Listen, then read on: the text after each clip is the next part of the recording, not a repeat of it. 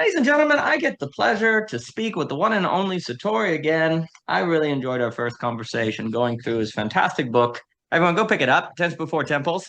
We got to about a page 100 last time because the book has so many important ideas and thoughts that you can just talk about the first 10 pages for about an hour. And I really enjoy the writing. Just thinking, I must say, Sartori, as I read the book, I think more and more how I will just give it to Haven when he's like, a few years from now, like a teenager, because every section is such, I want to say a field of conversation, a conversation starter. Like when you read these sections, you're like ready to talk about it. And I can certainly see young men and teenagers and people like church groups. I mean, Yeah. receiving this book and being able to start conversations that otherwise they wouldn't have. Because that's always like a tricky thing, especially I can just speak as a parent. Like, how would you start a conversation about liber and libertas, which I'm going to ask you about in a moment because I really like this distinction. How would you start that with your kid? When would it come up? Right? You're at the ice. You're picking out ice cream. You're like, oh, by the way, you need to know the difference between liber and libertas. By the way, But with a book, the beauty of a book is that it provides a reason to get into these topics, a reason to get into these conversations. And to have a text like this that is going to provide, well, you can give it to your kids and it provides a ground, a reason, a starting to get into all these topics that I really do think, especially as of 2026 and moving forward, these kind of conversations and making a point to have them is going to be increasingly important.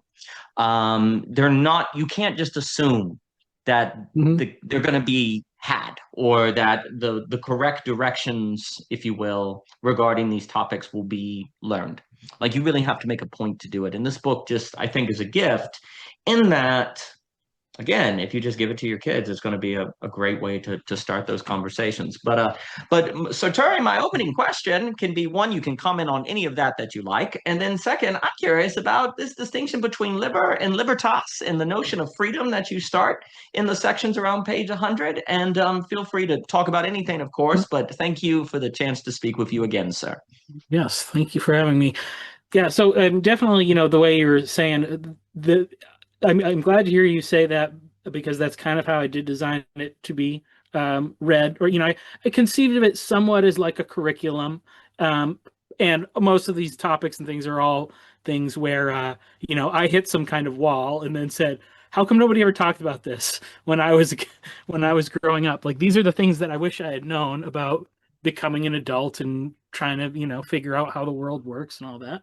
So yes, that's very much the point. And I did kind of try to aim at more at thinking somebody's graduating high school or something like that, in that kind of range, or younger if they're smart, whatever. But yeah, so that's good. That I'm glad to hear that it comes off that way because that really was the thing. And and I also thought the rough draft aspect. I was thinking like this is my I try to keep everything in that's showing my process of thinking, like how like this is where I'm starting. I'm starting with this, but then there's this opposing viewpoint, and I work through it, and then and I think what you're saying is a really good idea in the sense that like I thought maybe it's like this is something that would be good for everybody else to do, to just write out your own things, but it could very easily also unfold in conversation with other people, so that would be just as useful probably.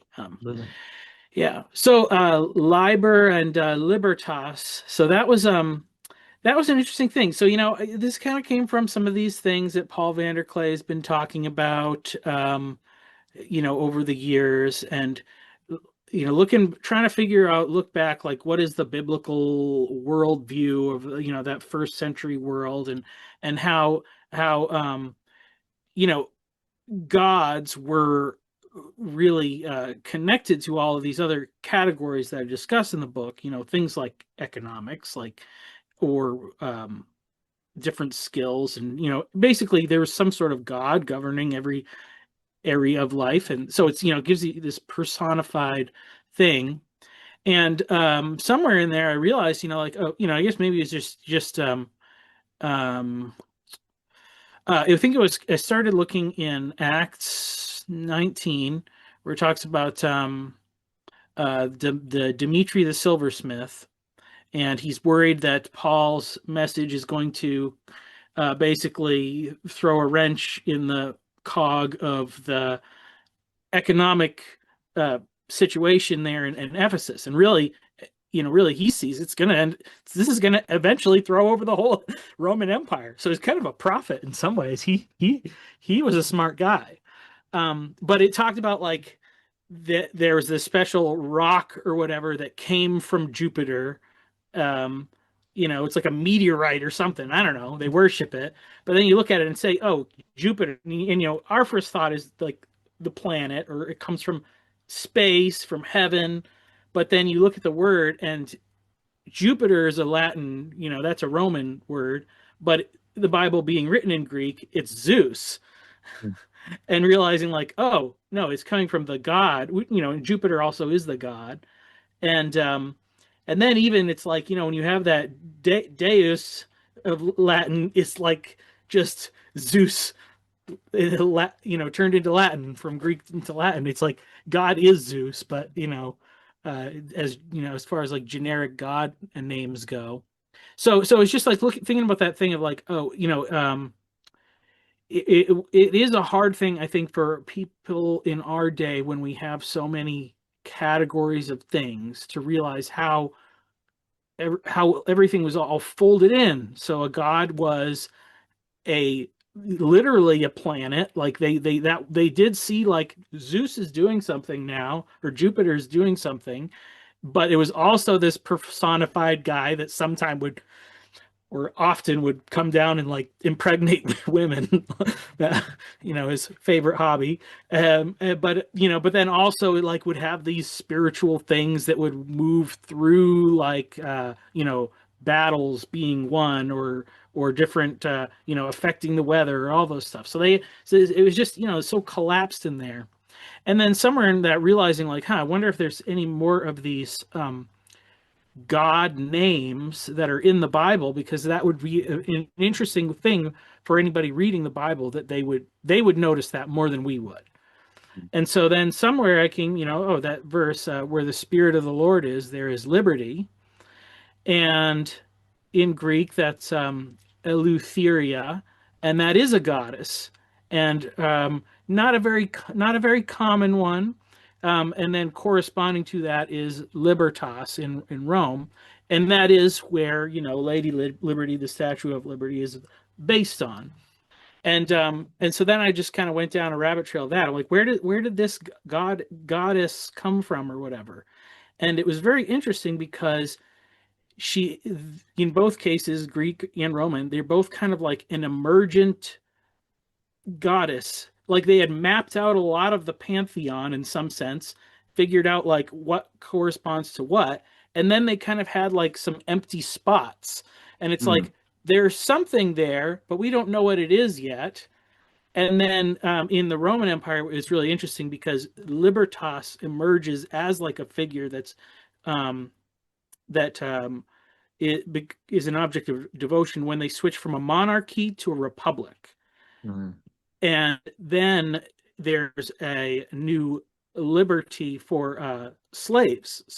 There's a means like, because I mean, I guess it's not that they stopped having slaves, but I think it was more of the you're born a slave, that's your, it was almost like like the Hindu kind of caste system thing. It was like that's just the way it is. And then all of a sudden it was like, oh well, a slave is something you can become if you're captured, but it maybe is also something you can not become if you have libertas. So that was a really interesting thing to figure out. um and then I think I just think that was so interesting that that is a that that very much maps onto our Lady Liberty, and I put in there the poem, the new Colossus from Emma Lazarus, and saying like, hey, well, this is kind of like this was in a sense our guiding principle. Like this is, if we're going to say as Americans, if we have some sort of a national god figure, in a symbolic sense. We're not going to pray to her, but if this is the personification of like what it means to be American, like this is what it really was probably intended, and I think that is when we found it the best. And it's like interesting that like that poem, even in the same way that Libertas emerged after after the Rome switched to the Republic, and like the possibility of freedom arose for the slaves. It was after the Civil War, and that's when we got the Statue of Liberty. And it wasn't at the beginning; it was at the centennial. So it was almost like we had America, we had this conflict, and obviously, and more than I, it's not all worked out, but the possibility of it being worked out is certainly a lot more present after that event. And so, in some ways, yeah, she is an emergent spirit in our own time. Um, so that was the interesting thing. And then really, um, from there, started thinking about like, okay, well, it's a goddess, it's not a god, and that means that there's like feminine qualities to her, and some of that is talking about the arenic quality, that a mother, contains has a womb, and that is a space that is where the liberty exists in some sense. It's the freedom in her womb for the life to grow, um, and that's opposed by a more masculine force. As I say, so when you say liberty in English, it's not really a gendered term, but when you go back, you have a libertas as this female goddess, and then she's kind of opposed by liber, or which is, there's different versions of, but it's very much like a Dionysus, and it's agentic liberty. It's the freedom to act. And I know you've spoken some about this, like with the freedom from and the freedom to freedom. Yeah, Yeah. yeah.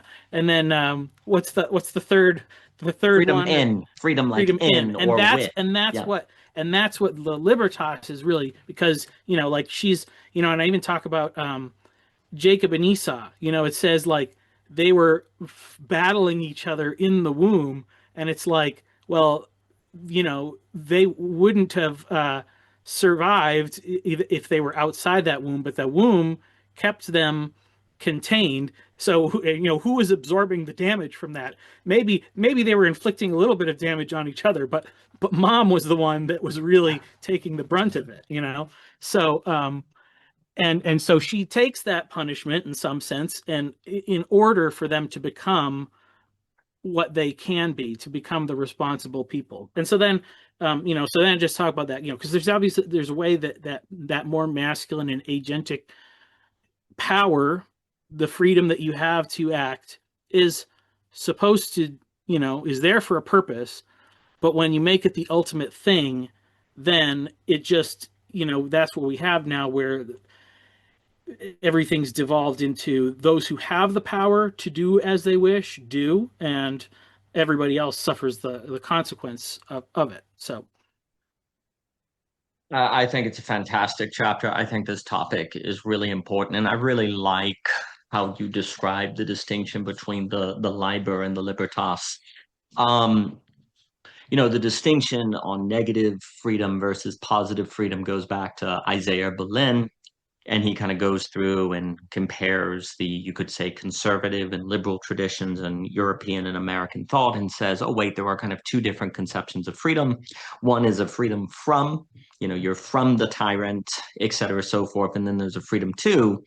And you see what he's arguing is that if you say I have a freedom to health, that becomes a positive freedom because someone has to provide the health care, and it goes towards slavery because then doctors must treat me because I have a right to health.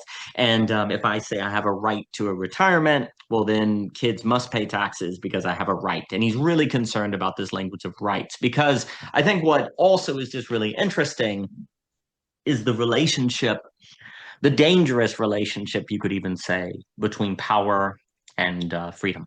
There's a dangerous relationship there, and what Isaiah Berlin is trying to do is basically make us realize that whenever we talk about rights, freedoms. And of course, this is all based on an individual metaphysical basis on natural rights, which you could argue is in of itself problematic, right? So you have to get into all of that. And that gets into, I've over the last, I think, 3 months, been in the crazy place, as we talked about the net, and we were talking about, on comparing Rothbard, Hayek, and Kirk.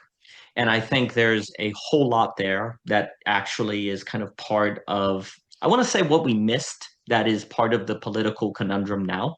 Now that's a giant Pandora's box, but the point is that where they locate the metaphysical basis of freedom and rights changes everything.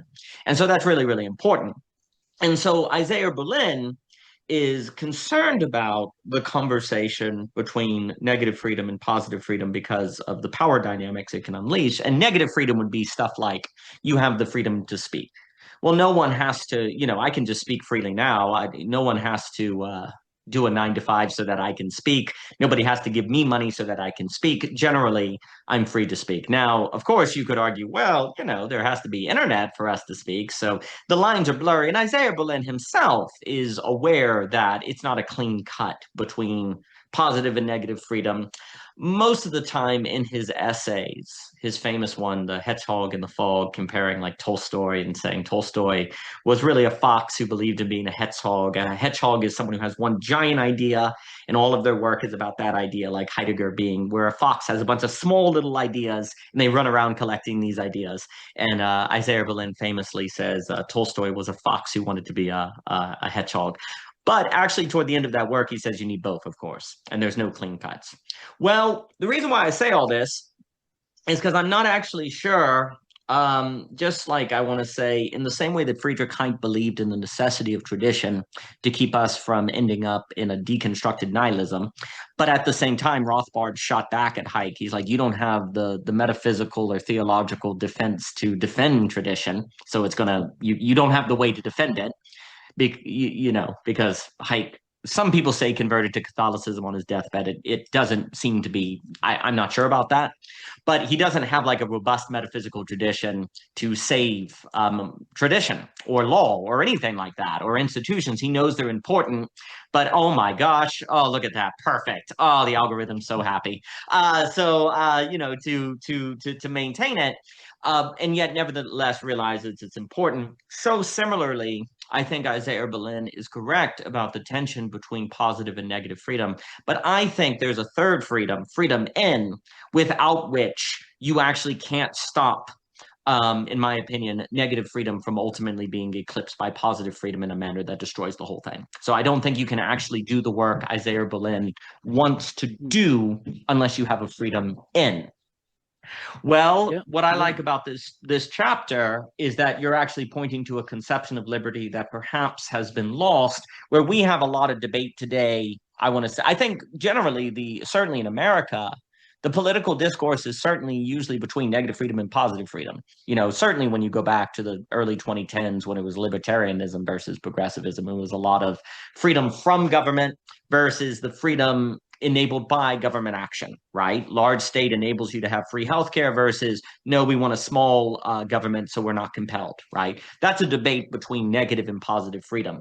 But you see that entire debate, which seems to be, the terms, is actually concealing in a way a third freedom, which is the question of what are the communal and social conditions necessary so that people can feel freedom in something.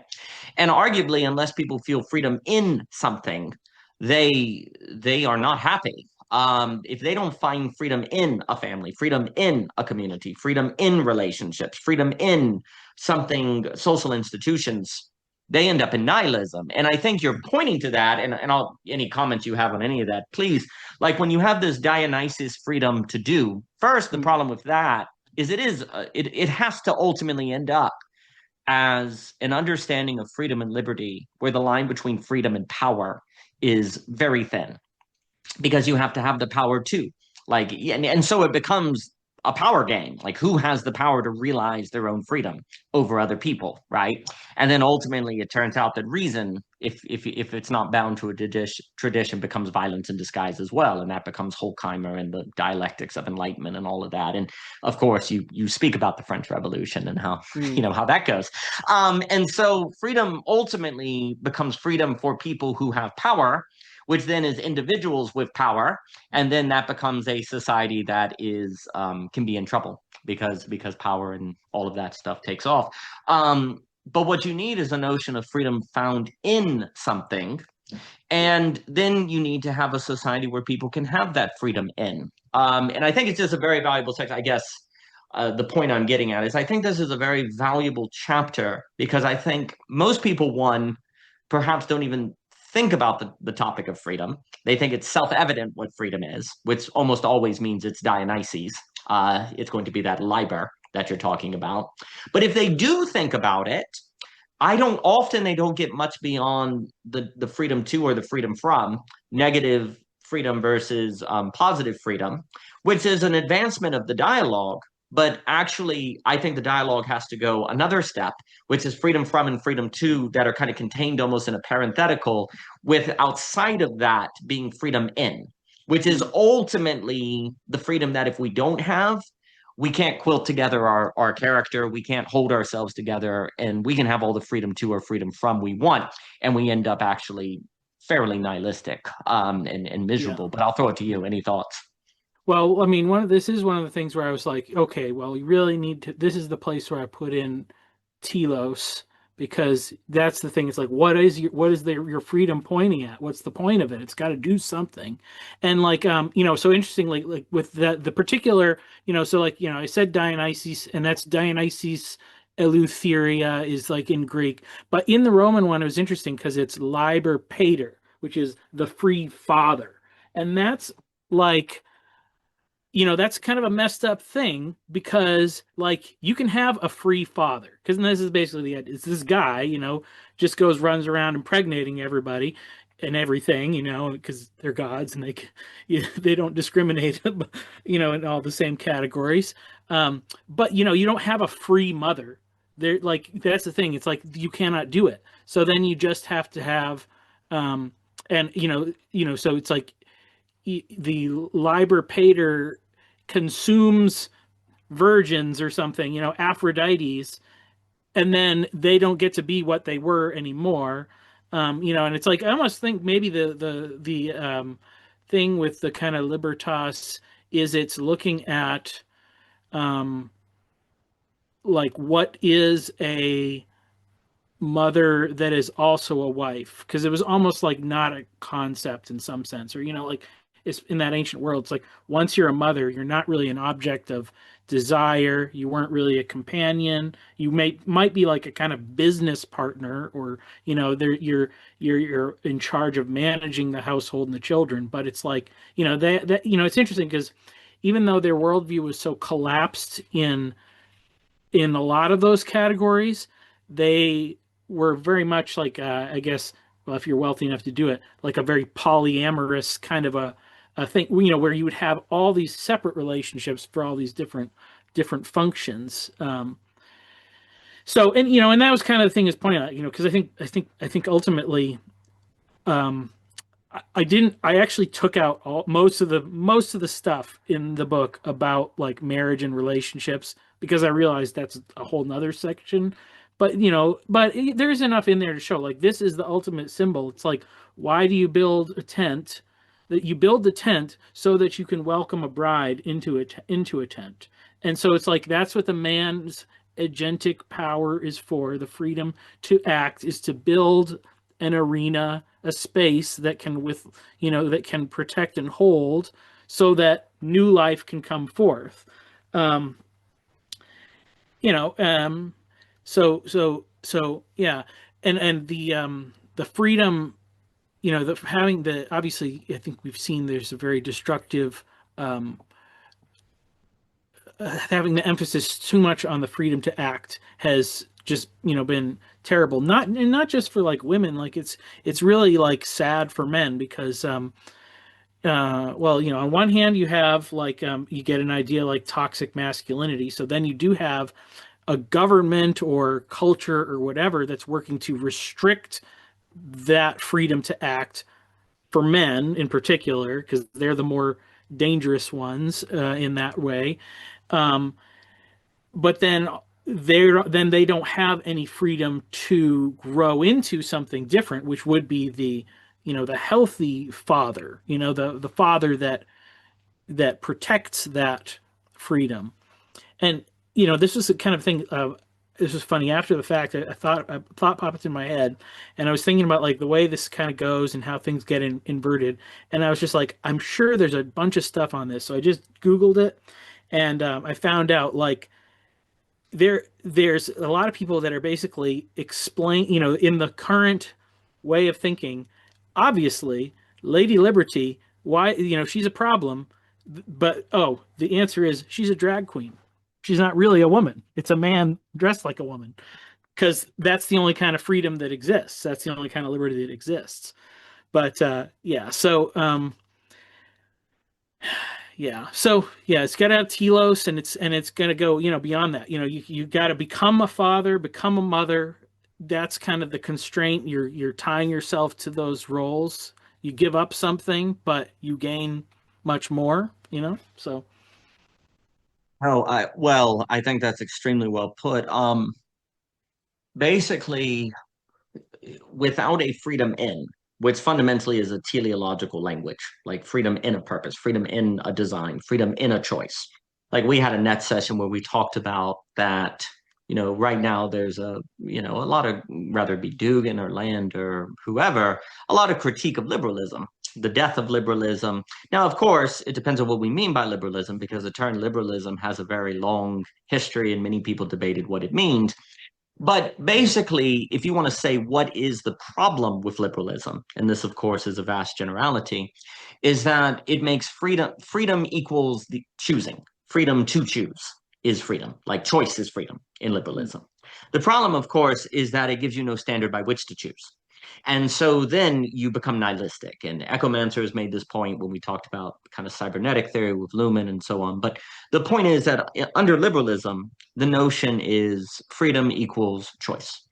And this leads to, you could argue, very good outcomes, because it removes, the ethical imperative becomes to make sure people can make choice. So you remove barriers, you end depression, you end slavery, all these different things, because these things keep people from choosing. But the problem is ultimately they're set free to choose whatever they want. And then eventually the day comes where they ask, well, what should I choose? Well, you decide. And this is where then the great problem, without getting into it, this is where all the horrors and terrors and problems and, of psychoanalysis comes in, because psychoanalysis is ultimately, whether it be Freud, Lacan, all of these people. And of course, these are not necessarily good people by any stretch of imagination. But the point is, all of them can say are dealing with the problem of freedom. And even Zizek says freedom is a kind of disease, actually, because if you don't have something to put freedom in, if you don't have a structure for it, then it's an anxiety. It overwhelms you. Like, what should I be? How do I decide? By what standard? And it always leads ultimately to nihilism in a certain form.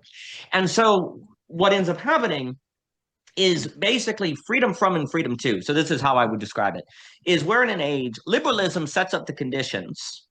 Now, I would argue it doesn't have to, but it tends to, and it can, and it has, which gets into that whole debate. But the point is, it creates the conditions where we believe the debate is, and I've already said it, freedom from or freedom to. And we just go back and forth. But as we go back and forth, it all heads to nihilism. Like it all heads to nihilism, right? So that debate of freedom from and freedom to must be within a freedom in, if you will. Like it's the parenthetical within. So you choose freedom in having a family, and then within the family, you decide what you're free to do and what you're free from doing, right? Like, or free from, so that you can do what you want. But it has to be in the context of, well, something you've chosen for yourself that determines you. So the ultimately what the argument is freedom is not found in choosing. Freedom is more so found in a choice that then becomes authoritative, right? Like we live in an age where people want to keep their options open because they want to be free. No, no, no, that's nihilism. If you always keep your options open, then nothing is real. It all melts. There's nothing there, right? Because options are nothingness, right? You only have reality when you choose something that then you treat as authoritative. Like you choose, you make an option a more so a determination, right? It's like Nietzsche says, you take a, it's like putting a law around your neck, right? So you choose a family and you're bound to it and you close your options. So you actually only, this is the weird move, you only find freedom when you remove options. Like you actually have to remove options to have freedom. And now you have freedom in something, right? And I think what you're pointing to that I really like is ultimately freedom is found really in something more like a spirit of hospitality or a space of hospitality or a space of receiving. But you have to then be at the door to hold it open, which I know the TLC to being at the door, right? Well, yeah. And in the space of hospitality, you can have the debate about freedom from and freedom to, positive and negative freedom, but you've got to have that space of hospitality. You've got to have that tent. You've got to have that determination. If you don't have it, it's nihilism. And so both can, you could say, and before I keep talking, I'll throw it to you on any thoughts on anything, but there's much more to say. And I love what you were saying also about the father and that. And then, of course, that's pointing to the bride of Christ and why this is a really big deal on this feminine freedom, which I think is the freedom in, because the woman is free in the determination of the child. They've given themselves over to something. And you see, the issue is that the man has to choose that, but there's a way, and this would get into it, it's arguably easier for the man not to choose that because they don't have the womb. So they end up in the liver, right? It's easier to run for it, right? Whereas the very biology of the female can more so point toward or gesture toward the reality of freedom in that can be forgotten if you're not careful, right? Because ultimately, the man, the woman, everyone has to, you're not going to find freedom except in a choice that you treat as a determination. You turn a choice into a determination if you grant that language. Something that now has, let me, to help clarify that, a determination is something that now has power and authority over you. Like it's something you choose to have power over you. You choose the family, and now it has an authority over you because you can't just do whatever you want. You have to act in a manner that honors it. You choose the church, and then the church has an authority over you. So a choice becomes a determination. And you could say the mistake of liberalism, and this is actually, I think, the major, basically ground zero of the political tension of our day. Liberalism basically created a kind of contradiction, which a very problematic contradiction. Now, I do think, alluding to Hegel and all those cats, every contradiction can be generative, but it all can also destroy us if we don't rise to its occasion. But the contradiction is saying that freedom equals choice as an increasing choice, when in fact that makes you feel less free because everything feels less real and meaningful and nihilistic. So it created this tension where people are doing that to increase freedom that makes them less free. And in order to actually be free, you have to treat a choice as if it was not freely chosen, as if it's not yours. You're giving your power over to it, right? There's a sacrifice. I'm going to choose this and then let it determine me. So you're taking your power, your agentic power, and giving it over to that thing in a certain way, right? If you do not do this, you will never feel free. And then also, I think nothing ever feels real because, in a weird way, you know how people like often talk about how nothing feels real anymore, it all feels empty. Weirdly, you know what feels real? When you stub your toe on the door or you hit your head on something, because you feel this thing determining you beyond you, right? Like if you want reality to feel real, then give authority to reality over you. And then it will feel real, and then it will feel there. And once it feels there, now relationship feels possible because there's a there, if you will. And so then you can develop agency. But without this concept of freedom in, we end up in all sorts of trouble. And I think especially in America, and I'll throw it to you for any thought, especially in America where, yeah, I agree with you. Our goddess, all the Statue of Liberty is this notion of freedom, but this is a real crisis if our understanding of freedom is limited simply to freedom to and freedom from. Well, then this God you're serving per se is necessarily a trajectory toward nihilism and deconstruction. Unless you open up the field to start thinking freedom in, freedom in, well, then we're in huge trouble. So I just really appreciate everything you were saying. Yeah, it's interesting. So this is an non-published things or whatever, but kind of going off on this thing, so because I think, it's really thinking about, okay, marriage really is the central metaphor for like everything, and but that means we really have to understand what marriage is. And I think probably individual people that have been married to other people have understood that within their marriage, but it's not really written in books. So, the opinions vary widely out there. Um, but so one of these things I was thinking about, because there's one argument that I've heard from people that I think, oh yeah, that is a tough. That's one Christians need to answer, from like the polyamory people, because they talk about how like we are not jealous and that we're not possessive, and there's something beautiful of this thing of like you're not trying to restrain somebody, you're willing to let them go, and like, well, okay, that doesn't, where is that? But that is in the marriage relationship. It's just not between the spouses, because essentially like you have you close yourself off from all the other people, and it does greatly simplify your life. I can disregard many 50% of the population, not completely, but in a great amount of what they have to say about things. It does not apply to me. It's not gonna, you know that is a liberating thing to not have to worry about that. um and but you protect that, and this is like a thing of God being a jealous God, that you jealously guard that one relationship.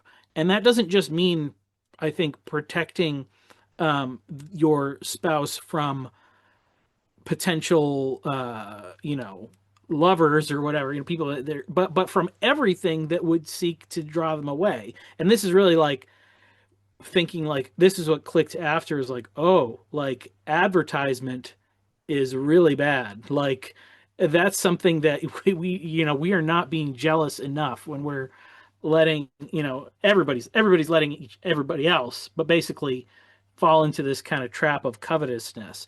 But if you can guard that and you have that one thing, that stable thing, well, then you start producing children. And children is the thing that, it's a relationship that is like, so, because here's like the polyamorous people will say humans are capable of more than just one intimate, deep, relationship. And it's like, yes, that's true. You can have an amazingly intimate, deep connection with your children. It's a unique experience. It's just not sexual. That's the difference. You take that one aspect out, but then the other difference is that you don't, you guard them jealously only for a time, and then you really have to let them go and you have to send them out. And so it's like, oh, well, that's where that aspect of that love, that non-jealous liberty that lets them go, comes in. But it's but it's temporally bound, and it's got other characteristics in it. So because that's the thing. It's like the people who have a successful polyamorous relationship, they are all like managing all of their time and their schedules and all this stuff, and it's like you're just applying really good parenting skills to having having extra lovers or whatever. It's like, it's it's just kind of funny, when you get that big picture. It's like, oh yeah, you can see how these things make sense. So um so yeah, that touched on some of the things, and we can go from wherever you want to go beyond that. But No, I mean that's a fantastic topic. I'm not going to sit here and say that I know of every single polyamorous relationship or every person that's ever been in these different things, et cetera, so forth. What I will say is I would encourage the person engaged in polyamory to ask themselves if every one of their intimate relationships is one where they have had to go through a purgatory that have forced them to see the reality of themselves in a manner that they didn't like, that has forced them to choose either sanctification or denial, that is in the direction of locking hell from the inside. Because a really well, important yeah. I you would know, say the other aspect to it's a very short shelf life as far as generational transfer because children are born into polyamorous unions. They don't tend to adopt that lifestyle themselves. They tend to see it very differently. So, yeah. And I think also that is for me when you come into, so there's a few things.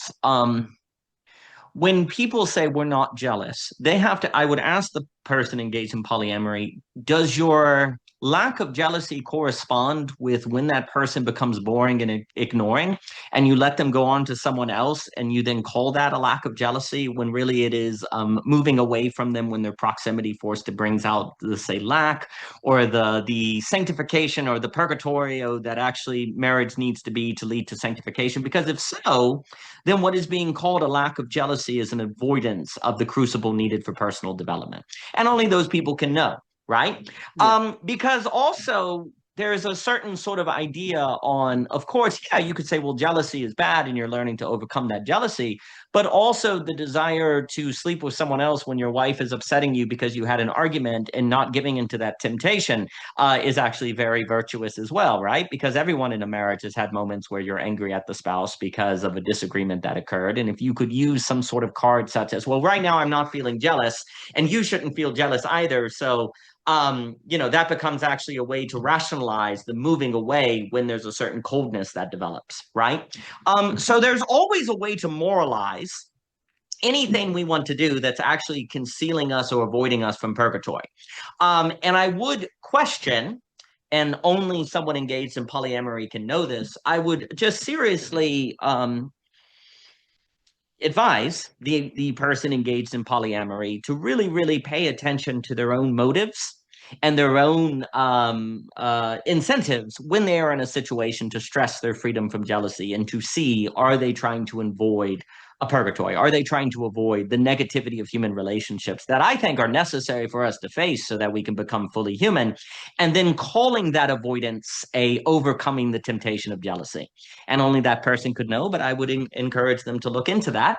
I also do think there's an issue where polyamory, there's also a big difference between having multiple partners without children and multiple partners with children.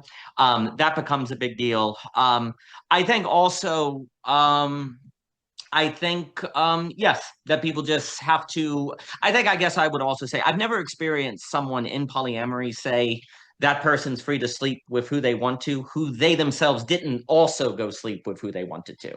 You could almost speak about there being more virtue if you said, I'm okay with you going and sleeping with who you want to, but you stay dedicated to them. Like you didn't sleep with anyone else, then they didn't. That would probably be greater evidence of perhaps some sort of ethical freedom from jealousy. But if you yourself are also sleeping around, then I'm not sure if we can say that means you've overcome jealousy because you yourself, because it's a lifestyle choice, actually, right? That person's not doing anything for you to be jealous of because you yourself are doing the same thing, if you will, right? And that's going to blunt the difficulty of letting that person sleep with other people because you're doing it as well. Which then, of course, the very act of sleeping with other people would probably weaken could weaken. I don't want to be assumptive of the polyamorous individual, but it would perhaps weaken your attachment to that one individual, therefore making it easier not to be jealous of them, right? Because you have lots of people, right? It's one thing to overcome your jealousy for if you love one person, you're committed to one person, and that person is sleeping around or cheating, right? And it's another thing if you're doing the same thing, right? Because that means it's not the same intensity of commitment that we're talking about, Yeah. right? Yeah. So And those, I have I have seen that. I have seen that people saying, "Okay, you're telling me this thing about what you want to do. I'm going to suppress my jealousy and let you do it, and not for the sake of what they want." And so they do grow in a usually through a very painful, the pain. That's a very painful experience, but it's not without benefit to them. But there's better ways. There's better ways to figure this stuff out. in my experience, the truth of what polyamory is getting to is found in the husband who gets upset whenever he sees his wife talking with the other sex. And it's not sexual, it's just interacting, say at church or in families. Because there's an ancient wisdom to say be careful, because people who say, well, no, I would never end up in adultery or cheating. Well, that's very dangerous to think, right? But then there's also this jealousy that emerges out of an insecurity where you see your girlfriend or your wife talking with someone of the other sex, or vice versa, of course, and you're angry at them and you give them the cold shoulder. That is something where you need to get over yourself. And in fact, you need to examine yourself. Maybe there are times where there is a discernment and wisdom to that, but there is something very problematic where you're cutting off your husband or wife from the other sex so you don't have to feel that nervousness and that jealousy and that own insecurity, right? Yeah. That to me is, in a way, the truth. I want to say that polyamory is getting toward that has legitimacy to it. The issue is simply the sex. Which, of course, the sex question is only imaginable really in a practical level after birth control, right? Like before birth control, it is hard to imagine, just simply because of the reality of getting pregnant and then the logistic demands of raising a child and all of those different things. Like it is hard to imagine that lifestyle taking off as opposed to something more like polygamy, man Yeah. with multiple Yeah. wives or Yeah. something, Yeah. right? So one has to also take seriously the technological element in the conversation that to me seems unavoidable. It's going to be, you have to take seriously the fact that this conversation is happening after birth control for good, and what that means. You have to take seriously. But if we were to talk about the idea of overcoming jealousy, um, in the idea that you need to be not like unable to see your wife talk with a male or your husband talk with a female and be angry at them, like then there's legitimacy to that. The sexual stuff I think gets into a lot of issues, because then of course the other issue, and I know I just think this is an important topic. There's also a question of the possibility of fully knowing another person. And what I mean by that is, I would argue that there is so much depth to a single person that if you were to dedicate your entire life to really getting to know that person, it would be hardly enough time and more than enough work, right? Like, I think, because there's a question here on what is in a sense the challenge or telos of relationship, right? Is it to quantifiably increase the number of people you have an intimate relationship with, or is it to manage to have a intimate relationship with one person of such a depth and definitiveness that it is a glimmer of eternity through the transience, that you're literally turning them into a definitive person that actually, because there's a key move I talk about with Jockin all the time, and I think this is strongly tied to the freedom in conversation, actually. So this is a reason, because the debate between, you could say, what we're talking about in polyamory is kind of a debate of freedom, right? Like do you have the number of relationships to increase freedom, or is in fact freedom found in a relationship that is so definitive in one of one, the only relationship that will ever be that relationship, that it becomes a determination that has an authority over you in beauty, in its depth, right? Well, I think that's the point, actually. That's what you're looking for. And the question becomes, well, I would argue things like sex and marriage and all of that are in service of experiencing that kind of freedom, which is one of depth and freedom in versus and quality versus quantity, right? And that being the case, then there is no, if that is the case, then the question, because there's a question here, and I know I'm going on, but I'll stop. Because there's a question is, what is the virtuous expression of freedom, in a sense? Like, what is the right expression of freedom? Is it to increase the number of options, or is it decrease the depth of a freedom in a one of one, to make them the only person that is that person? Because what I was going to say with, and I think I've mentioned it before with Jonkin, is there's this weird move in metaphysics where if I were to talk about a generality, women, I can know what women are. Okay, I know that definition. Got it. And then I were to say a woman. Okay, I can know what a woman is just as an abstract proposition. But then I say Michelle. You cannot, weirdly, the more particular, the more we move to a one of one, the less knowledge we have. And the more, in order to get that knowledge, we must be participatory. It must move from the general to the Michelle, from women to Michelle, it must move to a participatory knowledge. And participatory knowledge is where you get freedom in. versus freedom from or freedom to. Because that's where the only way to know who the person is to know them in their specificity, in their particularity, right? And so for me, then, and everything has to serve, like everything you do has to serve increasing the movement from women to Michelle and Michelle to Michelle to Michelle to Michelle in ever depth, right?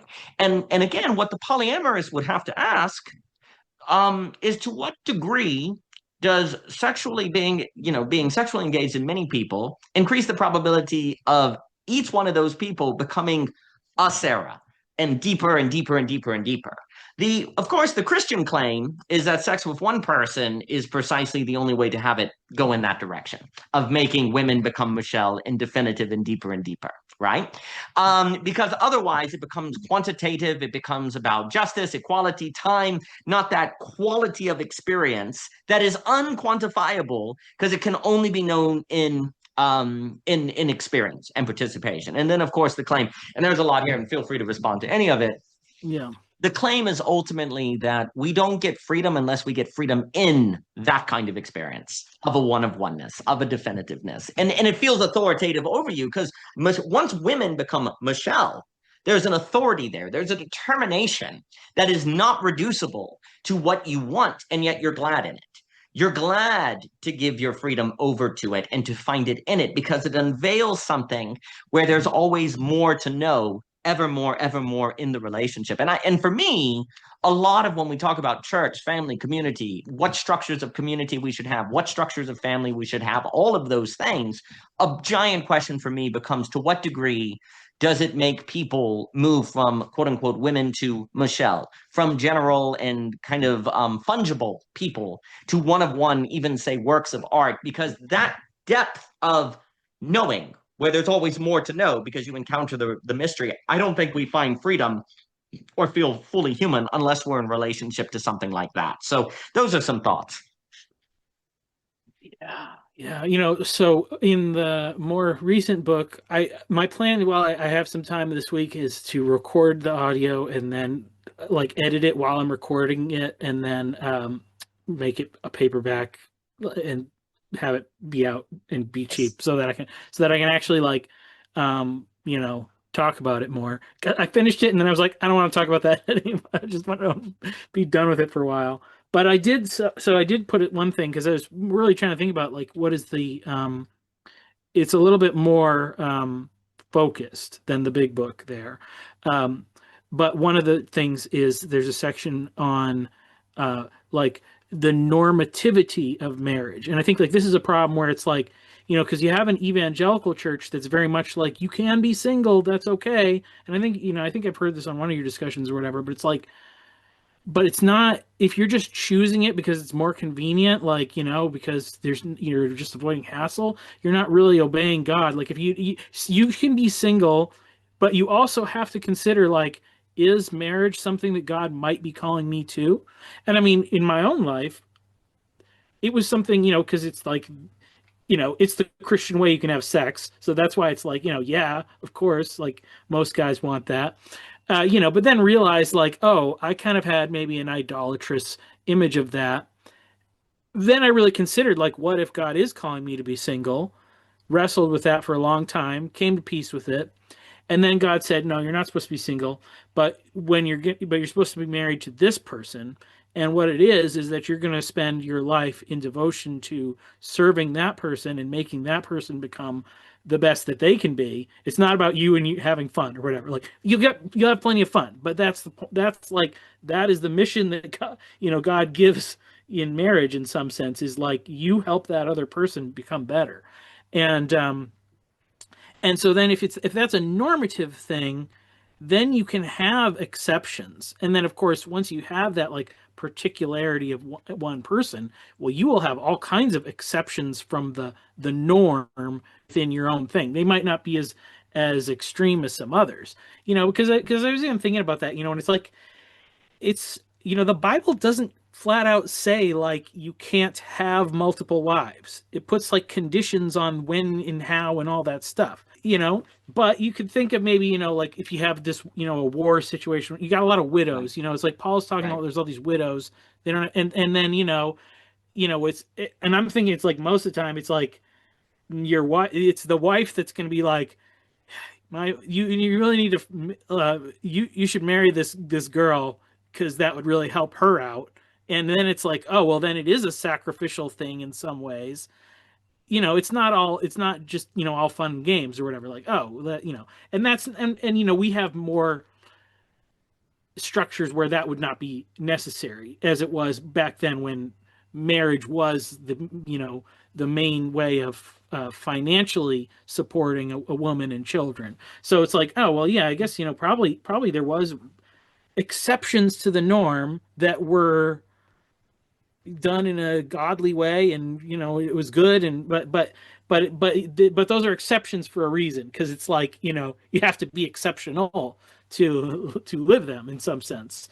And so, you know, yeah, it's figuring out those norms. But even then within, yeah, once you commit to the one person, you know, it's kind of interesting because, you know, because we'll have, you know, we have like these beauty standards, and then it's like all the women want to achieve these beauty standards, but then it's like, well, you have so many women that are all trying to look very, very similar. And if you marry a woman that hasn't done any of that cosmetic stuff, she's completely unique. There's completely unique things about her. She hasn't had her nose transformed into whatever the popular nose is or whatever, you know, and like and what is more, in some sense, like what is more beautiful than something that's completely unique, you know? So, and therefore you are, you know, in an intimate, you know, you have the most exclusive thing going on. Like, you know, you know, it doesn't matter if somebody's a playboy or a prince or a, you know, a CEO. They can get what they can get, but they can't get what you have. So yeah.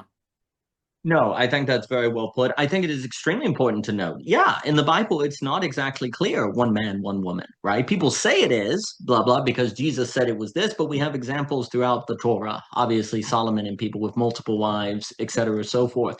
I think, and then you could also go to Noah, you know, with Hagar, Abram, Hagar, you know, sleeping with other women, you know, et cetera, so forth, right? I think the key, so there is, the key is understanding how norms work because I think there's a way that people hear, especially after you could say Foucault and different people like that, is that we think of norms in light of here is the norm, and if you're not in the norm, there's something wrong with you, right? When really the language of norms, in my opinion, is better set with the entire global sociological situation. Like the norm is that you're not in a war-torn situation. The norm is there hasn't been a nuclear apocalypse or a giant flood. The norm is there are not lots of widows or different Yeah, things. yeah. And you know If how you there, get a norm, you know how you get a norm for monogamy? It comes from a 50-50 birth rate between males and females. yeah, that's right. And the logistical demands of taking care of children, and also the fact that children naturally go toward, you know, that the woman is going to spend the first year or two taking care of the child, and they need to be defended and taken care of. And if there were multiple women that the same man was taking care of, unless he was a, you know, in control of armies or stuff like that, the logistical burden of doing this would be very, very difficult, et cetera, so forth. And so you get these things that develop by norms. But I think the key that is being pointed to is that norms in men in marriage. I have not read that. Is that a good one? It's very good. Yeah. Okay, I'll read Gilder. Okay, I just wrote it down. Fascinating. But you see, the key also too that's funny about norms. Norms are also tied to, here's the critical point, to negativity. Here's a negativity you must face. Like you're saying, you get married to one woman, you're going to find out that you're not nearly as patient as you thought you were. And you also said something too that Michelle and I have been doing a lot with our whole philosophize your life, is that marriage is ground zero to a lot of this stuff, like to all the issues. It's like marriage is like ground zero. Yeah. And we're just of the opinion, and we know that people have knee jerk reactions to the word philosophy, but that philosophy can't be itself and doesn't realize itself, nor does theology, except situated in that ground zero. Like it is in that ground zero that then you can actually see what philosophy is supposed to do other than the study of the history, excuse me, of philosophical ideas.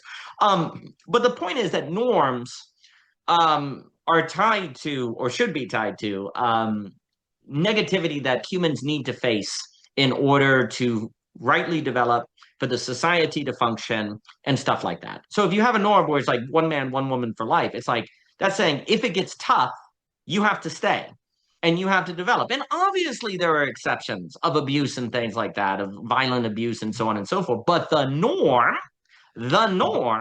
is that you've got to see that negativity through, because not seeing that negativity through is going to be extremely problematic for the society and also for you, because you will think you're happy or you think you're developed, but there's something that doesn't properly develop if you don't work through that negativity and you don't get through to the other side to encounter, well, I would say the definitive and the beautiful. The issue ultimately becomes my critiques of polyamory today. Often, when I hear people talk about it, it's tied to a conception of the individual. It's about individual enlightenment and individual improvement, and you overcoming jealousy and you overcoming, your need.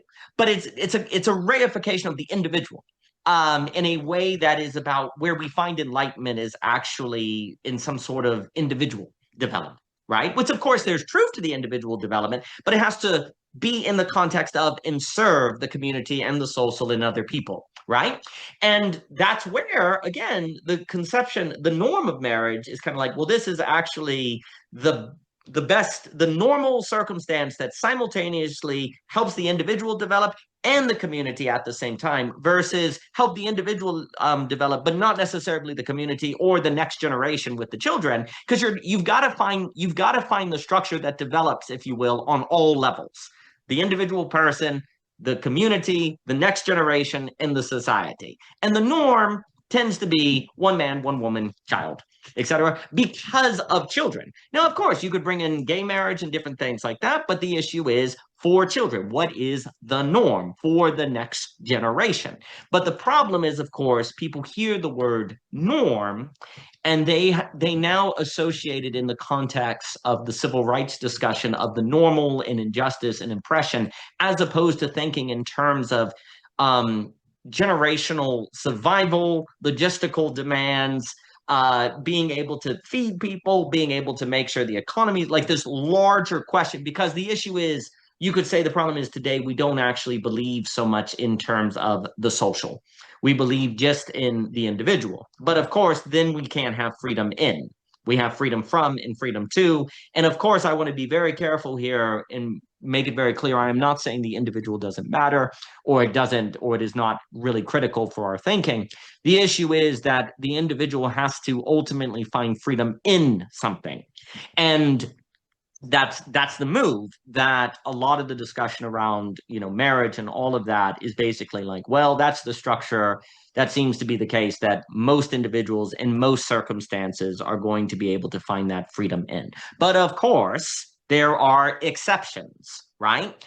But this is also tied. I'll stop. This is also tied to where we don't want discernment. We just want a system that gives us all the answers, right? Like we just want to like know what's right and wrong universally in all circumstances. Because if you say, well, yeah, there are norms, but then there are also exceptions that we live discern.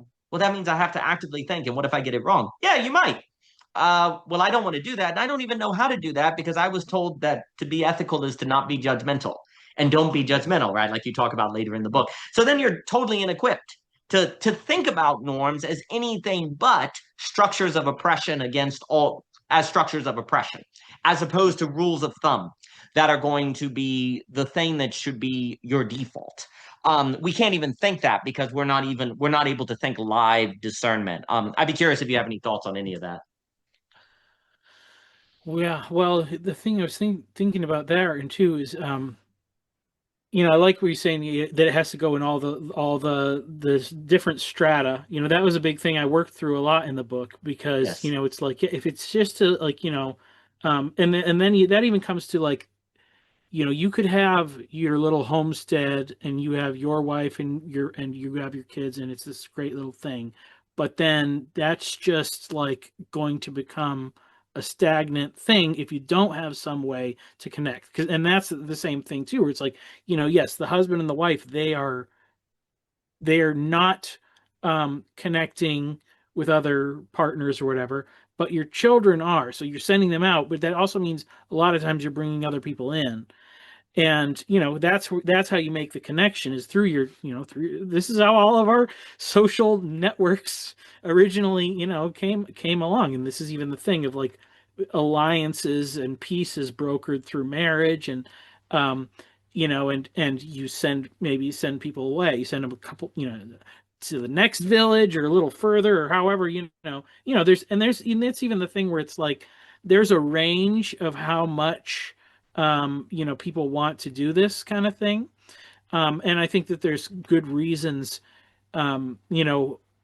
why, maybe this is like, just in a practical sense, like people need to figure out sometimes like what kind of person you are and what kind of a marriage you want, because like when I was a teenager, I was pretty taken with kind of the idea of like, the chivalrous thing to get the girl that's very much the stranger, very unlike you, and that you know uh and there's some people do that and it's a good thing, but if you're not the right person to handle that situation, then it's like, oh well, having a little bit more like cultural background with in common is a big benefit. You get some of those givens, that are so hard to come by in some sense.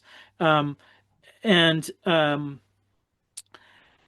so even like the big metaphor of the book comes from like the Feast of Tabernacles, and that's a thing of you are freed. So it comes after the Exodus, where you're free from slavery, but then you have to build a tent, and then you have the freedom in that tent, and you're supposed to invite the widows and the strangers and the aliens and whatever in. And so it's like, oh, you're and it's keeping it open.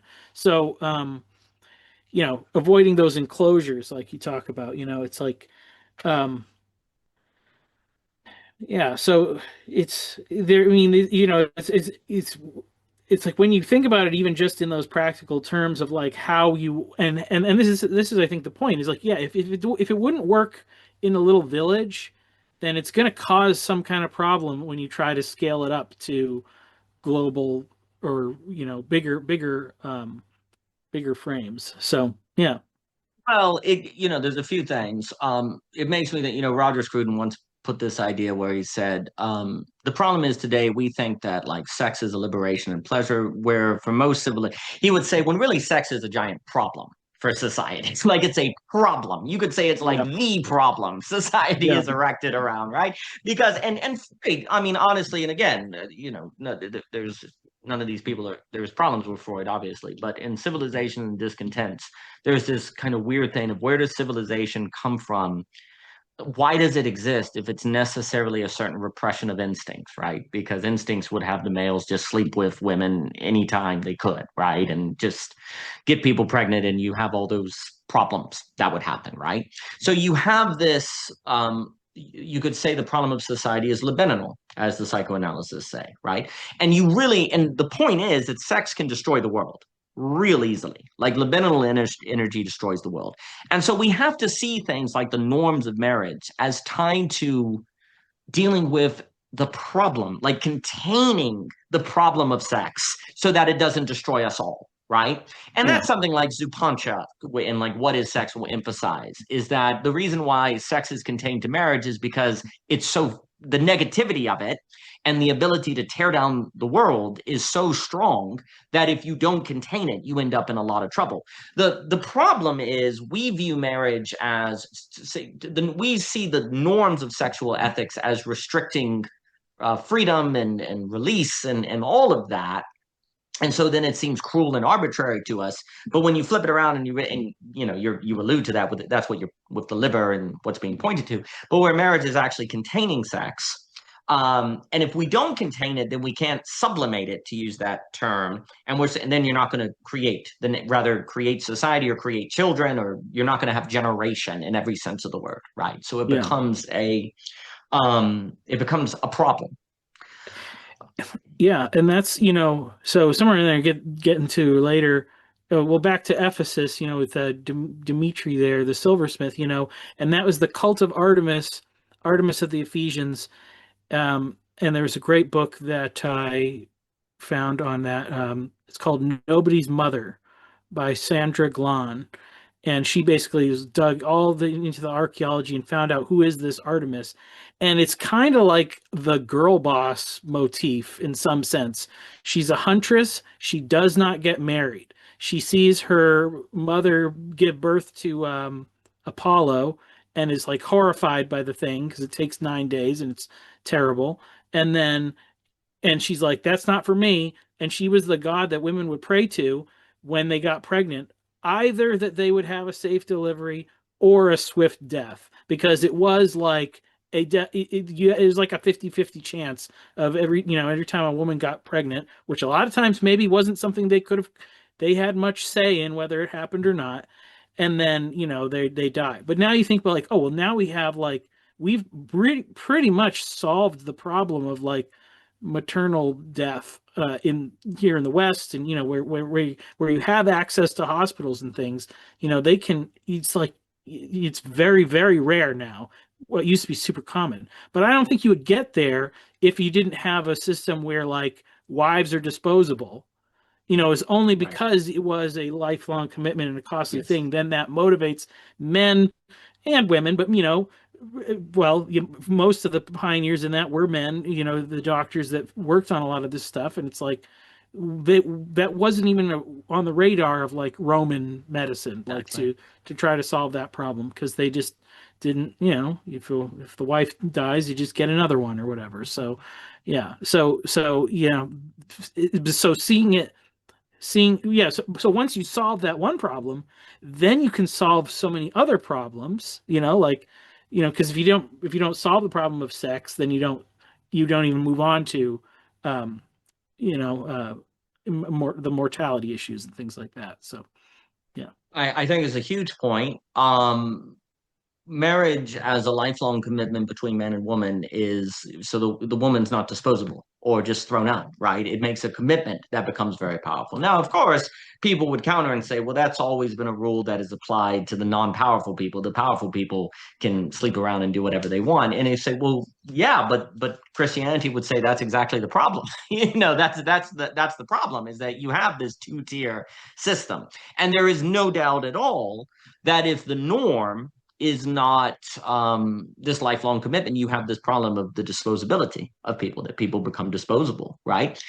And then furthermore, it also puts a restraint on, say, the men that have power that could theoretically go and kill all the other men and take their wives. Well, if Christianity says, no, you're married to this one woman, you can't do that, then it also puts restriction on those Genghis Khan, perhaps, like people who could take Yeah. all the women. So it actually puts a limit on them as well. And then, of course, all of those women, if they were put in that situation, could be deeply mistreated. I suppose if I were to, I guess, give a certain level, I want to say steel manning or looking at the truth in polyamory, there is something that basically I almost want to say polyamory would have a very good point if it wasn't about the sex.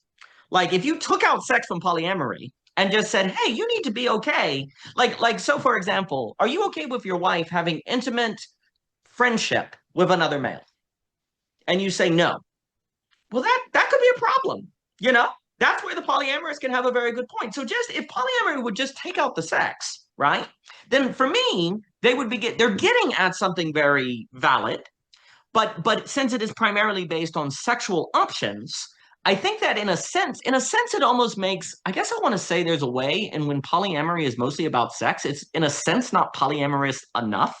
If you understand what I'm saying, in that then it's not about the cultivating, if it's literally about the cultivating of intimacy with people outside your marriage, and I think that's getting to the philosophical virtue of friendship, Yeah, this is actually really important. And you could argue we have a major problem today with the inability to cultivate friendship and in mass beyond marriage, and where people also basically shiloh their spouses to not be, in a deep, intimate relationship with anyone but themselves. And that's a kind of jealousy that's very problematic.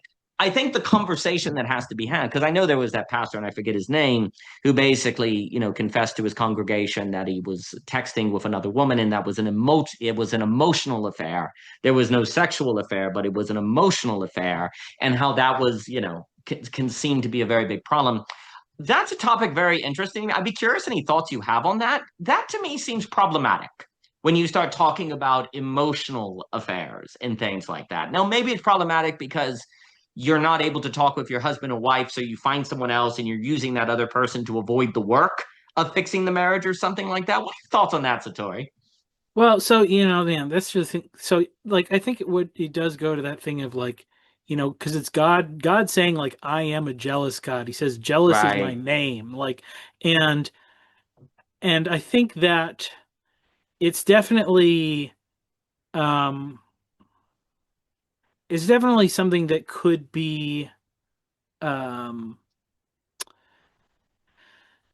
if you're getting something that you maybe because you're lacking it in the relationship you have with your spouse, then there's a problem with that. right, Like, and I mean, and I think you can come to, agreements about things, or, it's like, you have interests, your wife's not interested at all. And then it's like, whatever, go have fun talking to whoever about that.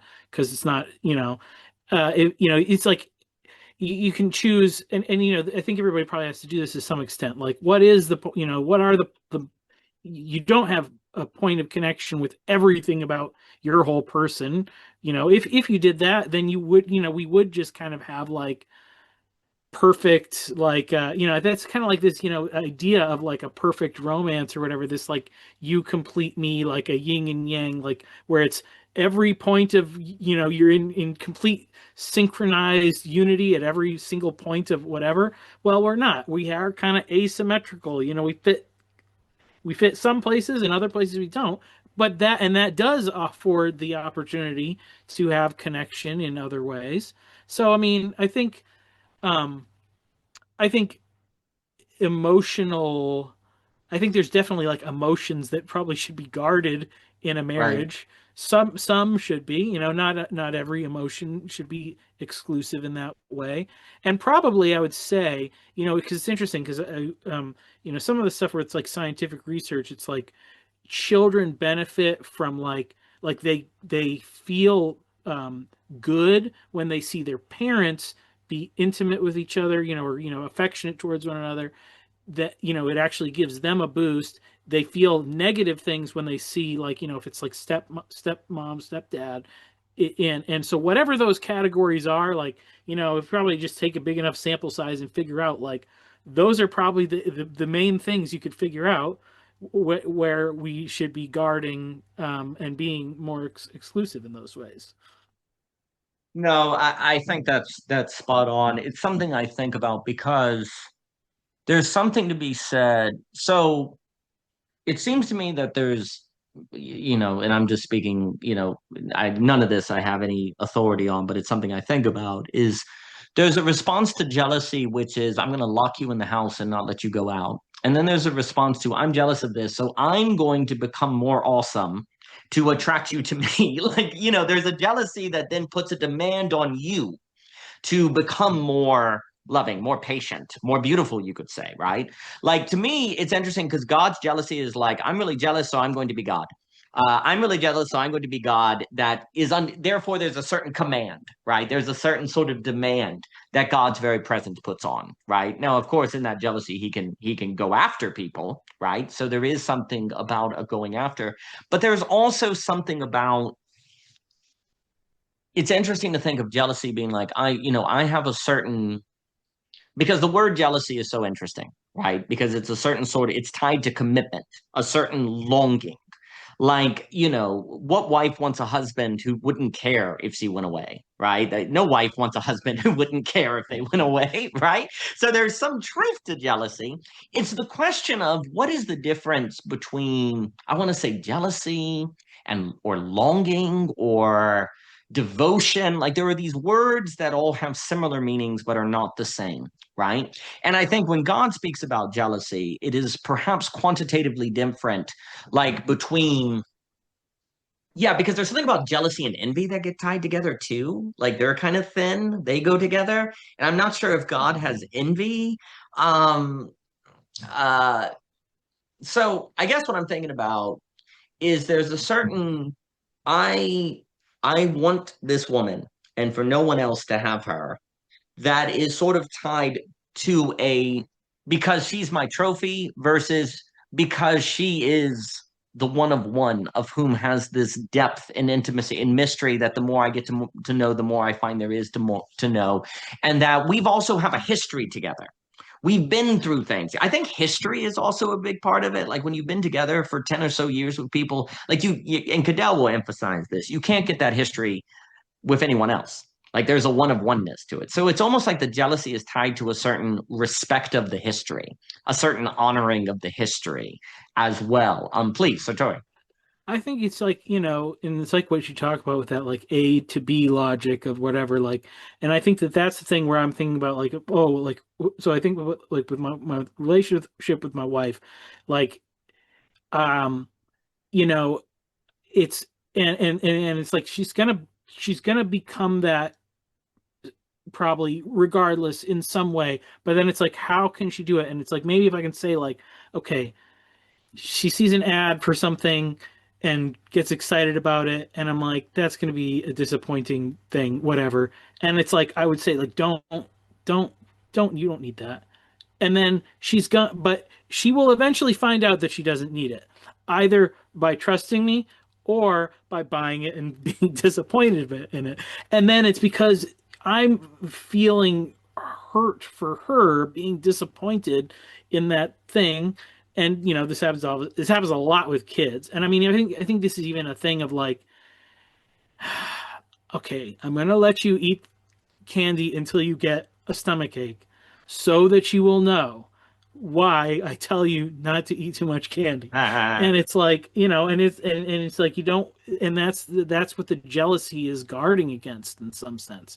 And that's our relationship with God. He does let us do these things that he hates them. And it's like, what does that mean that he hates them? It doesn't mean that he hates us. He loves us. Like that's the thing that's where the jealousy comes in. He hates seeing this stuff happen to us. He Right. hates seeing the destructive pain, the what we go through. And I mean, I think ultimately, that's the thing is like, you know, if we can figure out, like with our maps and the things that we form, like what can we figure out the thing that gets a child from A to B with the most intact, that they can. Like that's the goal. I think, that's the thing that's like the generational project is to improve that process in some sense. Like, that's really what I'm aiming for. Well, it was interesting as you're speaking. Maybe it's something, a difference between jealousy in a kind of suffering because you're suffering with them versus jealousy from pride. Like there's a difference between from a kind of jealousy and a sort of I'm so awesome, how could she be interested in that other person? And it's a kind of pride versus a jealousy in suffering, which is the I don't want them to suffer and I'm suffering as they am, and yet nevertheless I let them. Because there's a Yeah. kind of in suffering, freedom in suffering. And it's also interesting here because I think one of the trickiest topics, because a minute ago I was saying this idea of like how do I if where you have jealousy lead to a certain sort of demand on you to have greater shine or to become patient. So what's the difference between pride and that, right? Um well, there's that ancient distinction, of course, between magnanimity, the love of great things, versus pride, which is seeing yourself as the greatest thing. And that distinction seems important here as well, because it would seem as if there's a difference between a kind of jealousy, which is wanting the person to actually love the great thing, to have magnanimity, to like they're missing out on the magnanimity, because when they come to want that thing that you know is going to disappoint them, then they want something that's not a great thing, therefore it's not magnanimity, right? And so you're trying to like, how, I don't want you to go to that place where you don't love a great thing, right? That seems very different. And then also increasing your capacity for you to love to be magnanimous, for you to love great things, right? Like, it's like, okay, I want to be someone of whom loves great things, precisely because that creates a shine in me that's not one of pride, but reflecting the great thing. Like, if I'm reflecting the virtues or God or Christ, then that actually creates shine, as opposed to I am the great thing. That distinction between magnanimity and pride, I think, is really tricky, and I think actually really, really important for people to get. And I think it's also tied a lot to these conversations in this thought.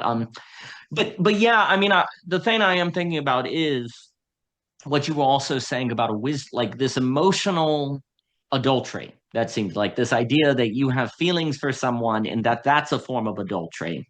Um, that is something I think about, and I try to thread that needle, because there's something to be said about the wisdom between not letting your husband or spouse have intimate emotional feelings with someone of the other sex, because that could lead to a situation of adultery and destroy the marriage.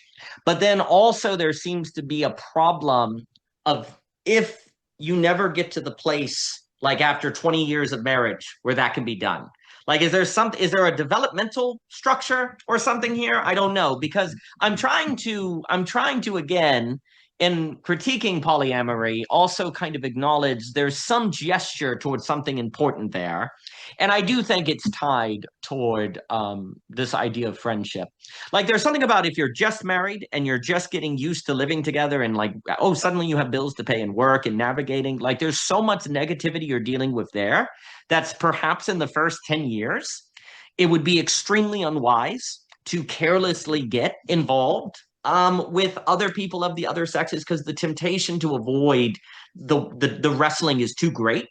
But perhaps after 25 years, there's something to be said about the need. You should not, as the husband, at that point, be eh, like keeping them from interacting with people of the other sex or something, right? Like, there's something. Is there a developmental thing here? Because I'm trying to think through.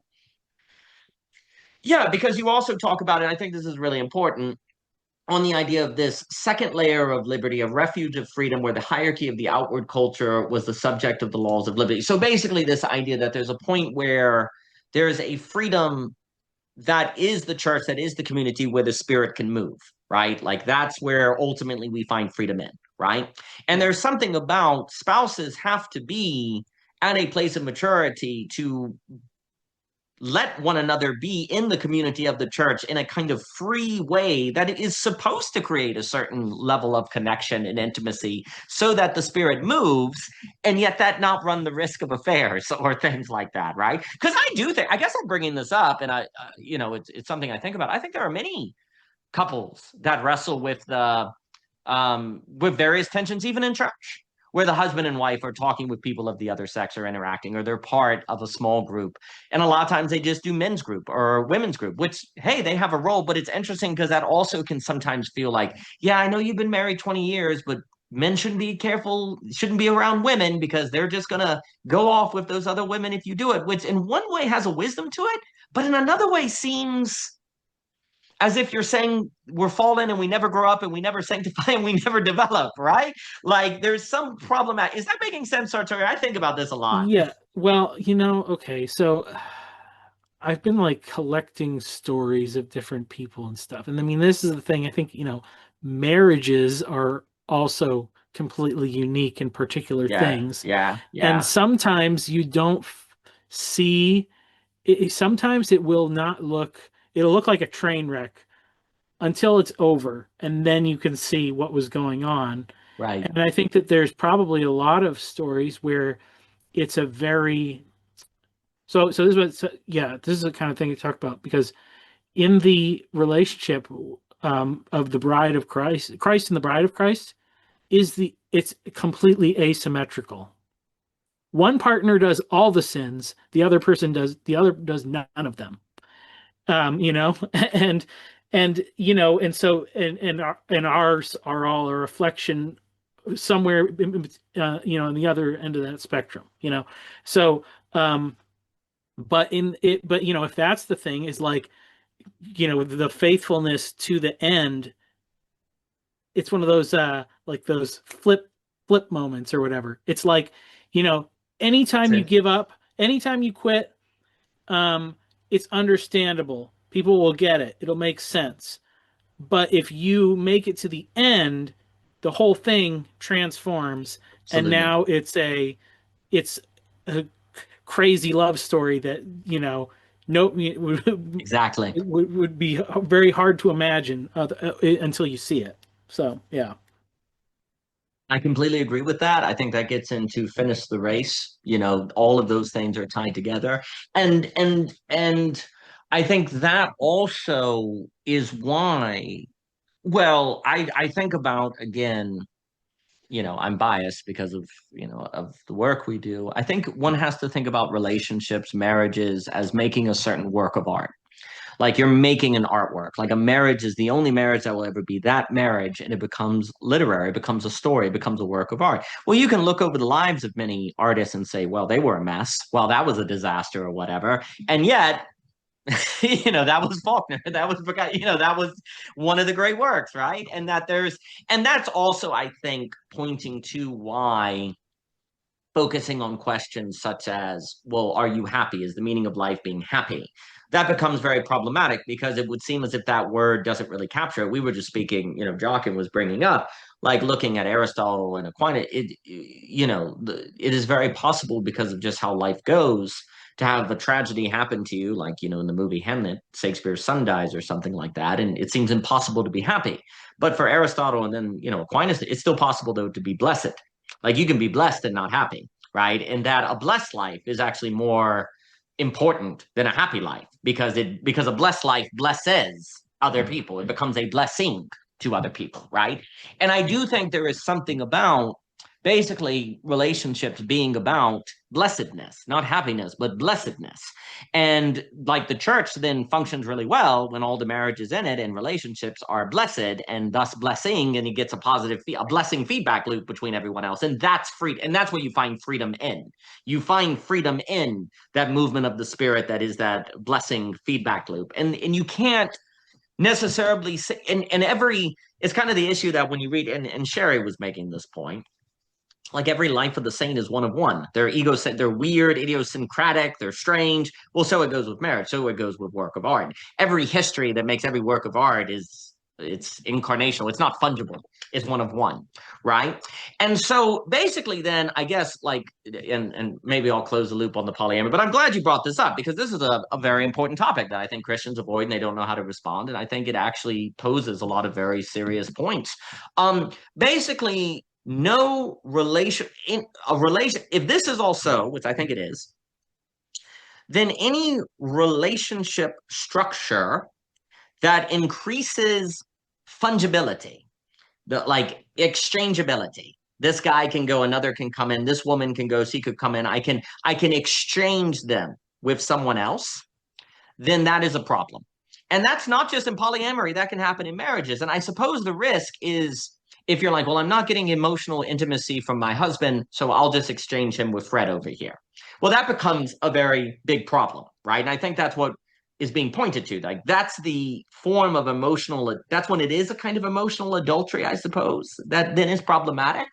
But what if instead, and then of course the person engaged in polyamory has to ask themselves, and only they can, and I would just say only they can know, is they have to really look at themselves to what degree are they treating people as fungible, right? And so, but in the same way, how many people are in a marriage where they just treat their husband or spouse as what they were supposed to do? They're filling the social script, right? There's a certain fungibility in that, right? Like you didn't marry them for that person, you married them because checked off the box, right? And so that's also where being single can be important. But the problem is, again, like you already brought up, there's a big difference between being single to keep your options open and being single because you're going to go on a pilgrimage like Paul, right? So one has to really examine those. It's all about are you avoiding negativity, dang it? Like, are you Mm. avoiding the negativity? That should be your rubric. Polyamory, single marriage, just ask it, are you avoiding negativity? And really, really ask yourself that. And then I would just say you need to face it, because facing the negativity is the only way to gain blessedness, quote unquote. And that blessedness, which may look like nails through your hands, is the only way to engage in being a blessing and blessing other people. That creates the freedom in that does that feedback loop. So really asking yourself that question. And I guess what I want to say, maybe this is a way to think about it. What you want to do, there's a difference between the emotional adultery stuff, which is based on a fungibility logic, or wish fulfillment. That would be another form of it. I wish I could have good conversations with my wife. I can't. Therefore, I'll do it with this person. So you're using another person, and that seems to be a problematic adultery, as opposed to intimacy with people outside the marriage, like wine flowing out of the cup. Like there's such a fulfillment that is happening in the marriage that you just find yourself engaged in joyful conversations with other people, or able to have intimacy with them, not from fungibility or wish fulfillment, but because of the fullness that comes out of the marriage, right? That seems to be different. Being able to tell the difference between those two is important. And I suppose perhaps the value of the polyamorous critique is saying the Christian needs to learn that difference. They need to examine that difference, and they're not even trying anymore. So it, perhaps the polyamory can be a call on the Christian to be able to tell the difference between the magnanimous and pride, the emotional overflow that comes from the wine cup flowing over, as opposed to emotional fungibility or wish fulfillment. Maybe something like that. I'm not sure. That's where my mind is sort of going at this moment. Mm, mm, mm. Yeah, I did have remember something popped into my mind that I remembered where I did kind of experience this thinking about that whole like emotional adultery. It was I won't say it was emotional adultery, but like Sure. so okay, is that because I've told you I really like the reaction videos, and so like I like a lot of weird music and stuff, and like if I put on like jazz, my wife will say this sounds stressful. She doesn't like it, so. Um, but so and then whatever. So go on YouTube and see some of these reaction videos and like find and there was one it's an attractive lady or whatever. She's not being sexual or anything like that. But then just realizing like, oh, here's a bunch of songs that I like and I see that I already know I like. And it's like, oh, I'm sharing, watching Right. her react to it and being like, oh, this is like a thing that I'm feeling like I'm missing out because I'm not getting this reaction from my wife. That's not good. But then if I just watch the nerdy guy who geek out about it, there's no problem with that. There's because there is there's so I Right. don't know that it was a thing that I kind of stumbled across. It's like, oh yeah, and I don't know exactly and it's like, and I don't have to feel bad about having increasing intimacy with nerdy guys that I Right. could geek out about, obscure music or whatever like that, because it's not in that whatever that range is. But if but it's like, and maybe that is, if it's music that moves you in that way, well, so it's like some music is different than other music, and is more connected to more intimate parts of who you are. So, I don't know, just some more things to kind of think about the whole spectrum of uh that dynamic. I think it's a great example. I guess Yeah. at the end of the day, it's the old ancient question: can you be friends with someone of the opposite sex? Like at the end of the day, does it come down to that old question that everyone always asks and say yes, no, et cetera, so forth? Um, funny. So there's a funny way in which we've, I'm noticing we've got. Just going to talk about your book for the rest of the year. So we'll cover 10 pages here, 20 pages here, et cetera, and so forth. So and like I said, every section is a wonderful conversation starter because all of this is tied to the question of liber and libertas, right? And Yeah. actually, you could argue it's ground zero of that entire discussion because if you don't get this right, and if it doesn't, if if the notion of freedom in can't be made intelligible in terms of marriage, it can't be made intelligible anywhere.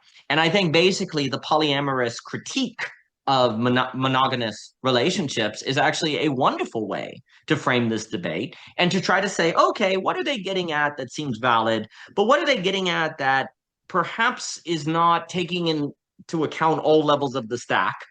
And perhaps there are random individuals that may be able to make that work in a manner that honors all level of the stack somehow. But is it likely that the majority of people would be able to do that? What would be the unintended consequence? Those are all important things to consider. So I think it's wonderful. I mean, it's a wonderful way to debate this question of the libertas in the liber. And I think what's interesting is another way to look at, you can't have sex with people outside of marriage. You could say that's precisely a limit that affords the possibility of friendship with the other sex, right? Because it's like, no, you can't marry but one person. Okay, well, we know the restrictions then, right? If you didn't have that restriction, then every time you talk with someone would be the question of, am I going to marry this person or not? What are the rules of engagement? You'd have to have a negotiation on the rules of the relationship every single time, right? And you alluded to this earlier. It's like once you're married and committed, you say, great, that cuts out having to think about all of those different things, right? Like possibilities, right? Yeah, that's a role of marriage. And you could say that givenness that is from the determination of the choice is precisely the possibility of friendship with the other sex that doesn't actually then make ambiguous the character of the relationship, right? Mm. So there's one way in which the limitation of marriage actually opens up possibility of friendship with the other sex, right? That could be one section. But then, of course, that would assume there is a context in which you can actually do that or train that or successfully develop that. And this is where something like community and church come into play. I think this becomes way harder if you don't have community markets or lions clubs or bowling alleys or churches or things, right? Like if you go to the local farmers market and you're running into members of the community, I think it becomes easier to form friendships with the other sex and it not become a problem. But when there's not that communal gathering and you have to make a point to one-on-one text them or call them, not just bump into them, well, then it's more intentional and then it perhaps is more likely to end up in wish fulfillment and fungibility. But if you just bump into the other sex, which is a dynamic living environment, ecosystem, this problem might become different in character. I'll throw it to you and any thoughts. So this Yeah. also might be tied to the issue of church too, right? Where if you don't have that, it becomes more of a problem.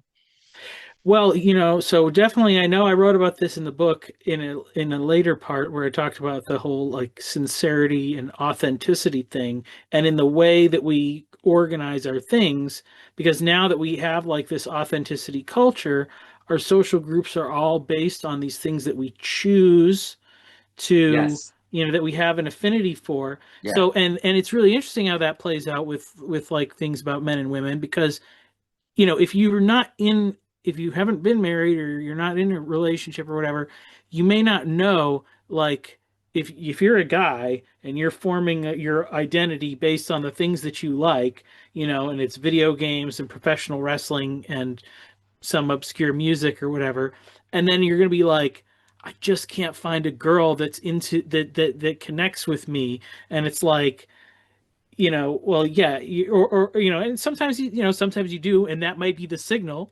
I it's my sister-in-law's sister was on a date, went on a date with a guy, and he brought a copy of the book Ready Player One, and just gives it to her, and it's like, you know what? That really clearly made it clear that she was not the right girl for him. But but I bet when he found the girl that worked on that was, hey, that worked, Like, But you can't rely absolutely. but you can't rely on that. And so then it's almost like, it's weird because it's almost like you have like nerd people that are just into these nerd things, and then they get very sex segregated at a certain point. Um, and then it's like relationships, like you have people that are just like obsessed with sex and relationships in general, and they have no other interests beyond that. It's just this like bland personality, liking generic things, liking whatever is like the mainstream, but not like, and so it's like, oh, um yeah, it kind of gets confusing in some of those ways because because once you realize like, oh, you don't need to have that point of connection with your spouse in all of those areas, and sometimes it's very good to not have a connection about some of those things, because that is where you get your other interests and your other friendships and things. So but it is that just like community of like, I'm from this town, I go to this church, this is my family. Those are the things that have become so unimportant. And third places is like, that's one of the things I talk about that we don't have. Yeah, like you say, the clubs, or anything that's just a place for be like that. The maybe that's the thing, is like a place that is um identity, or an identity based on a particular place. Yeah. No, I think that's well good, and I completely agree. Yeah, if you hand over Ready Player One and the go great. Hey, it's a very effective mechanism of figuring stuff out, of getting a signal through the noise, if you Yeah. will. Yeah, I'm thinking more and more about it's very interesting. So maybe it's something here, and yes, I should also note that I think that there are things in relationships where you're not always going to connect over different things. I suppose the line, because I'm always thinking about these lines, is if there's something your wife or husband does that you don't get, the key is not to be judgmental about it and in the bad way and say that that's stupid, right? Mm. If you're married to someone and they do something that you don't get, then I do think there's a certain level of a need to be open or listen to it. That doesn't mean you are obligated to then come to love it yourself.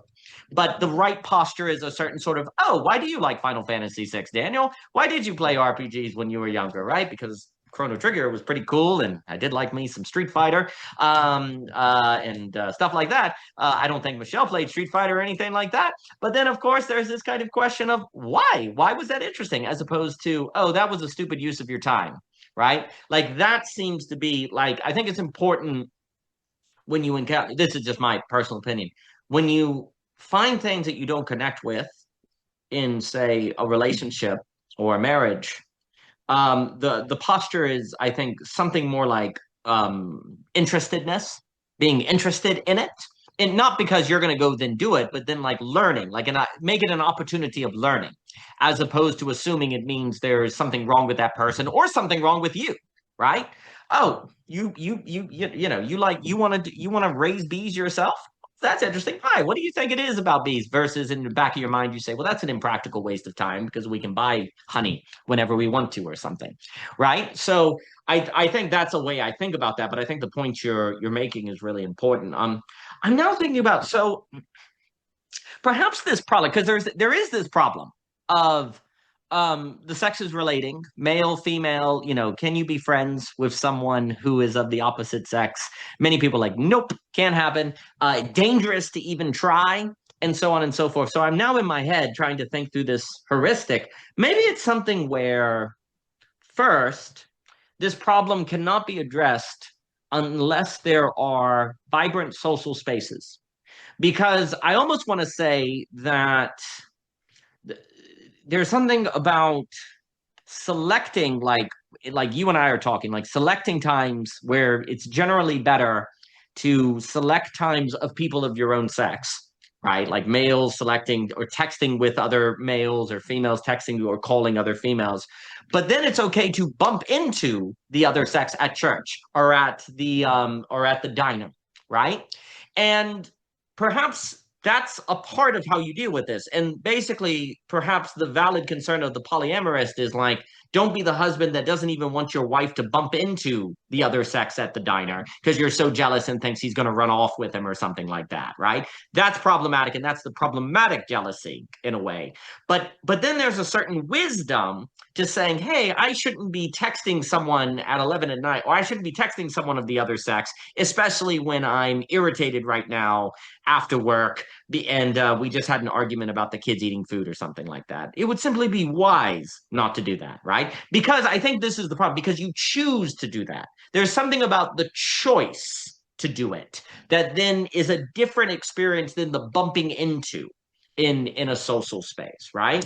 So is that perhaps part of this issue where the issue is hard to deal with or address unless you have vibrant social spaces? And then I guess I want to say is that churches should not, within a vibrant social space where different sexes can bump into one another and form friendship, nevertheless still speak about men as if they're sex crazed, obsessed people that when they encounter the other sex just are thinking about sleeping with them, or talking to women as if everyone has fallen and just out to leave their marriages at a drop of a pen. Like sometimes I guess I get the impression that's how people speak about marriages. Like, everyone would just leave their marriage as soon as they could. There's no real talk about joy and vibrancy and beauty and life in it, right? The language is duty and obligation, and which is of course true, but then where's the joy, right? Like there could be a lack of joy in it. So I'm not sure. This is something I'm thinking about. Yeah, I'm trying to think, like, man, it's interesting because I think when I think back when I was a teenager and I was friends with a lot of girls, and it's like I think now realize like being married, if I could see those conversations, I would have thought they were much less interesting than they seemed at the time because you like you don't know like Right. because there's just there's the mysteriousness of a Right. woman like and when you have that intimacy and connection with somebody then that strips a layer off of it. Now that's Mm. not to say that there isn't anything of value there, and like I basically have not had any female friends for the last like 7 years since I moved to Texas. Before that, I had almost exclusively female bosses and coworkers. But I did get, but it was fine, and there was people that, we'd have collaborative projects and things and work together and it was good in some sense, like there was one of the girls who had kind of a creative things. I was really good at figuring out what she would tell me things like what the idea was, and I could get it and I could make the thing that she wanted. And so it was like, that was a good relationship. Um, and and whatever we joke about things here and there and stuff, and it's fine. Yeah, it's fine. It is, um, and it was like that was mostly especially after I got married. It was, there is. I'm married. She's married. We do these things at work. It's and it's all fine. There's all the parameters are there. Right. So it's not confusing in those ways.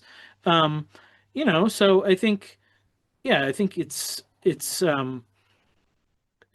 really a lot of figuring out those arenas and what the rules are within them, and I think maybe it's just, but that, even to say that is a thing where it's like having rules or something that are clear, it does give you more freedom. Because if it's all ambiguity, and you think about like so many stories about people like in the workplace where it's like you don't want to be misconstrued as sexual harassment, and the easiest way by far to avoid that is just to not be friends at all with people of the opposite sex. So that's not a good, so like that's a thing where it's like having clear rules and clear boundaries would actually give people more freedom and not less.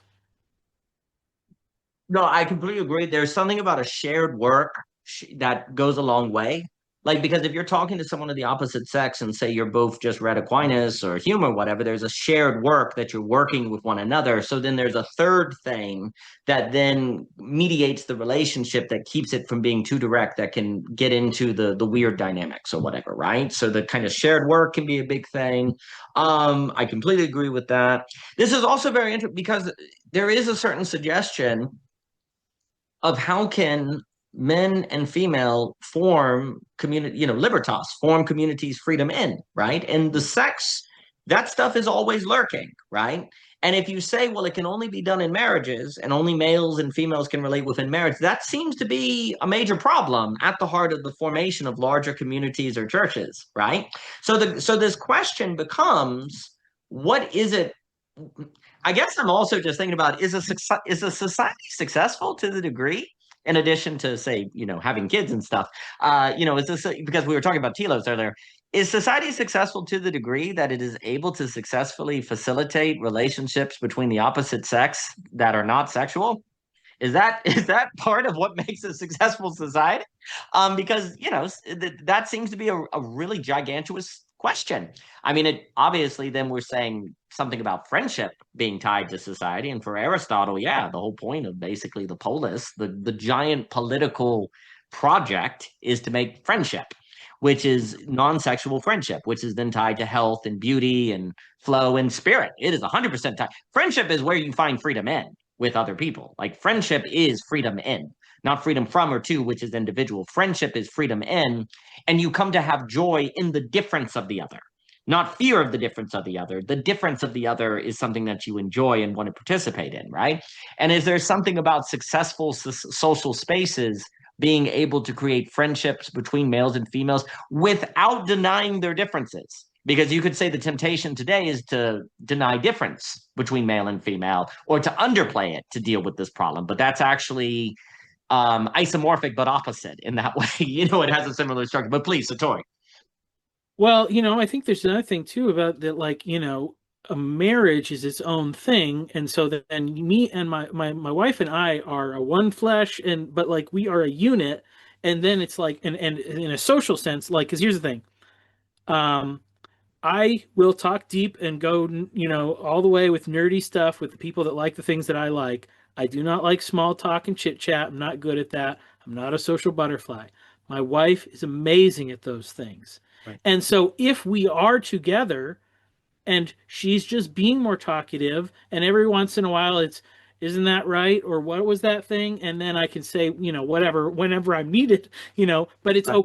okay. But that's, then it's okay for me to be quiet. If I'm just at a party by myself and I'm not talking to anybody, it's weird and it's a problem. Exactly. And so, like, oh well, that's a good thing. And so then, and sometimes it might be that we hit on the subject that I have studied, and I want, and and then people say, I didn't know your husband, I never heard him talk that much. This has happened many, many, many times in my life, Mm-hmm. and that's, yeah. But so, um, and so there is something of that, and then your couples interacting with couples, like, I mean, that's the most where I'm interacting with, like, other women. Exactly. Yeah. It's spouses of my friends and friends of my wife, and things like that. And so I have, in that sense, it's like, yeah, by limiting that one exclusive part, you as a pair do get a whole new set of social skills. And there'll be things where it's like my wife's like, I need to talk to so and so, but I want you to come with me because they're weird, and I don't want them to, like, talk my ear off, and it'll be better if you're there. And it's just like, okay, just me being there makes it better. Great, whatever it is. So there's it's that two. It becomes a different new third thing, right? That really does happen. So Well, I think that's a great example, because also in that you're glad of the difference. You enjoy listening to your wife do what she does best, right? There's an enjoyment of it, right? That's a sign of a healthy marriage versus going, oh, when is she going to stop? I don't like this, right? Like, that's when you have a problem, right? When you say, oh, great, she's amazing in that circumstance. He's amazing at that. And you then are able to enter spaces you otherwise would not. And you kind of marvel. You enjoy the work of art. That's a work of art, and you enjoy being part of getting to see it, right? And that's afforded to you in a marriage uniquely, right? Because you're one flesh, right? And so you come to enjoy that, as opposed to you have a problematic situation if the husband is standing there the entire time going, oh gosh, when she's talking too much, when is it going to stop? That's not good. That's not good. And that's yeah, probably when you shouldn't have female friends, because that's when you're going to be doing it for the wrong reason. right? I think also what's being suggested here, that's, and again, it's just an example of freedom and limit, is that like if you want friends of the opposite sex, get married. If you want, because that creates a container that then sets the terms of engagement. That then, like you say, you can, I'm the same way. You're speaking to the opposite mostly of the couples or of the married people of the people of the opposite sex who are also married, who are the other side of the couple, right? Of the other side. That's exactly right, right? So isn't it funny how the limit actually creates a space of engagement, right? And I suppose, I guess what I want to say sometimes, I don't know where the time went. So I am noticing. So we got okay. So we'll get to page 125 next time. Yeah, I guess sometimes I sometimes feel as if Christians talk about marriage totally in this duty bound negative way. And I feel as if that context is one where the question of having friends with the other sex is like a no-no, because there's a negative, like it's so, because then the other sex is going to bring with it these adulterous potentials, right? But if people like, there's a part of me that almost sometimes one, like the church, there's a weird way, I don't know. This is probably opening another, there's a weird way in which, for all of the talk that the church can do about the importance of marriage, I sometimes feel like the church doesn't actually believe in marriage. Like it's really, really important, but they don't actually believe in the depths of life it can enable or the beauty it can open up or the definitiveness. Like there's a time where it's just I don't often get that. There's a talk of love and intimacy and the importance, but there's really not a and maybe I'm being too harsh, but I often don't get this impression of this depth of experience as possible. What, Yeah, I Satori? mean it's weird because like I did get that from like my parents. And so Mm, like I was, and then when I got into the wider world and saw like, oh, there's like a, yeah, there's a lot more like problems of this stuff. Like, so, and that's, it's a good thing because really, because that's, you do need that positive thing. Like, it's, um, yeah, I mean, and if you focus on the positive aspects of it, of what it can be, and you're excited for it, then you don't like the problems are much less. You don't have to address all of them. You'll just have to address your particular ones. And you might find that the person that you marry, you have no issues in a lot of these areas, but so just figure out the ones you do, and that's where you work on it. But like, I mean, that's a problem. It's hard. It's definitely like, um, I don't know. Maybe this is a thing. Yeah, because marriage itself is a good thing. You have to focus on it as a good, and it has to be a positive vision, that normative thing that's the general thing for most people. Because you can't do that with the negatives, because the negatives are always particular, right. and so then you just start going into all kinds of particulars, and then you're just painting this huge picture of so many different problems that can happen. But when in reality, it's like, well, you just try, figure out, try to do the thing, and you're only going to find out that you, as a couple or as an individual or whatever, you're only going to have a few of those problems that you're ever really going to have to wrestle with, like, I mean, because honestly, I mean, that's like the thing. So it's like in my relationship, me hanging out with too many female friends is never going to be a problem. Like it's not a concern, like, um, and that was the thing. I'm like, hey, I just have this one. This is my one friend that's a girl. She's my wife. That's enough. I also have three daughters. So, and that's it's plenty. It's plenty. That's the thing. Yeah, I don't need more female, attention. I get plenty. So, and I think in some ways, and then it's like, oh well, I'm free to, in my own time or whatever, pursue more masculine things and find out more about men's interests. And in some sense, it's like, oh well, if I'm doing that, that actually makes me like more mysterious and attractive as a partner, because I'm more focusing on the things that make me different rather than just what makes me the same as my wife. And 100%. yeah, same for 100%. her. Absolutely. No, I think that is extremely well put. And Yeah, I think that's exactly right. Focusing on your individual work of art that is your marriage and making that better and improving it is exactly the way. I guess I guess what I sometimes get the impression, and I'm the same. I had parents and grandparents and everyone that provided the vision, so I was very different. But I can understand a lot of people are not getting married our age or maybe a little younger because they were in families where they felt like the marriage was a disaster. And why would I ever want that? And it was terrible, right? And then when they go to church, or they hear people talk about marriage, it's always in the negative. It's always in a duty bound thing. You have to get, in order to have sex, you have to get married, and marriage sucks. That's what I think a lot of Christians unfortunately can feel, but it's what God wanted, so get over it, right? Yeah. That vision, I think, is problematic. Yes. Because, and that's, I suppose, what I'm thinking about. Because again, I think people, there is a difference between defending marriage versus, in a sense, believing in marriage. Like, I'm not sure that most people believe marriage affords a certain depth of the person and a depth of experience of life and a quality of being in the world that can be known nowhere else. Because the only way to get, because that's all what is afforded by freedom in. And you only get the fullness of freedom in when you fully commit to a relationship and let it determine you and see it through all its negativity to the blessedness on the other side of it. Yeah. That is the vision I would like to see the church emphasize. And I mean, and it's to say, like, it's not like I think I'm good at it even all the time. Most of the time, I'm not. But Exactly. it's really hard. But that's how I know that it's a worthwhile thing to do. Exactly. That's So, exactly right. That's exactly right. And you see, the hardness is the hardness of the development toward and in blessedness, dang it.